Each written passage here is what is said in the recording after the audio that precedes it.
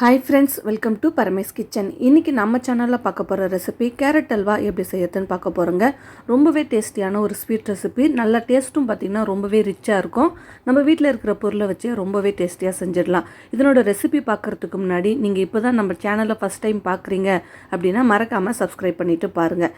இப்போ வாங்க வீடியோக்குள்ளே போகலாம். கேரட் அல்வா செய்யறதுக்கு 1/2 kg அளவுக்கு கேரட் எடுத்துக்கலாம். இது நல்லா ஒரு துருவலில் சேர்த்து இந்த மாதிரி துருவி எடுத்துக்கோங்க.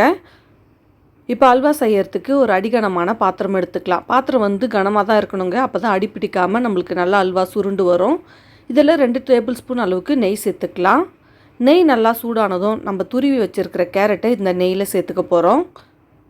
இப்போ பார்த்திங்கன்னா கேரட்டில் நல்லா பச்சை வாசனை வரும். நல்லா ஒரு 5-6 நிமிஷத்துக்கு இந்த நெய்யிலே கேரட்டை நல்லா நம்ம வதக்கி விட்டுக்கலாம். கேரட் நல்லா வதங்கினதும் அதில் இருக்கிற பச்சை வாசனைலாம் நல்லா போயிட்டோங்க.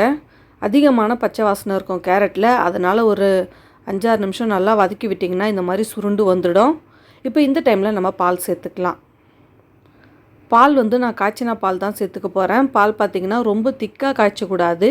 நல்லா ஒரு பொங்க வந்ததும் நம்ம ஸ்டவ் ஆஃப் பண்ணிக்கலாம். தண்ணி சேர்க்காத பால் தான் சேர்க்கணும்.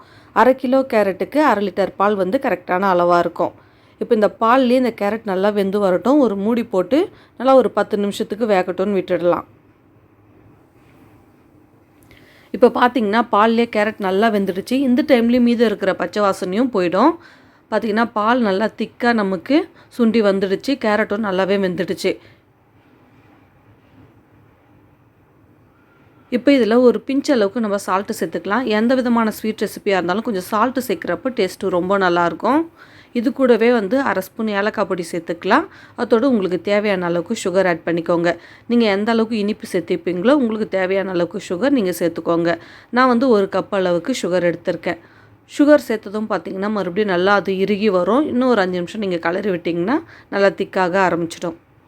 இப்போ பார்த்திங்கன்னா கேரட் வந்து நல்லா க்ரீமியாக ரெடி ஆகிடுச்சு. இப்போ இன்னும் டேஸ்ட்டுக்காக நம்ம ஒரு 2 டேபிள் ஸ்பூன் அளவுக்கு மில்க் மெய்ட் ஆட் பண்ணிக்கலாம். மில்க் மெய்ட் வந்து உங்களோட விருப்பம் தாங்க. இருந்தால் சேர்த்துக்கோங்க. இல்லைனா பாலோட டேஸ்ட்லேயே கேரட் அல்வா ரொம்பவே நல்லா தான் இருக்கும். இது வந்து கூடுதல் டேஸ்ட்டுக்காக சேர்க்கறது. விருப்பம் இல்லைன்னா ஸ்கிப் பண்ணிக்கலாம். இப்போ மில்க் மெய்ட் ஆட் பண்ணிவிட்டு நல்லா ஒரு 2 நிமிஷம் அப்படியே விட்டிங்கன்னா நல்லா க்ரீமியாக ரெடி ஆகிடும்.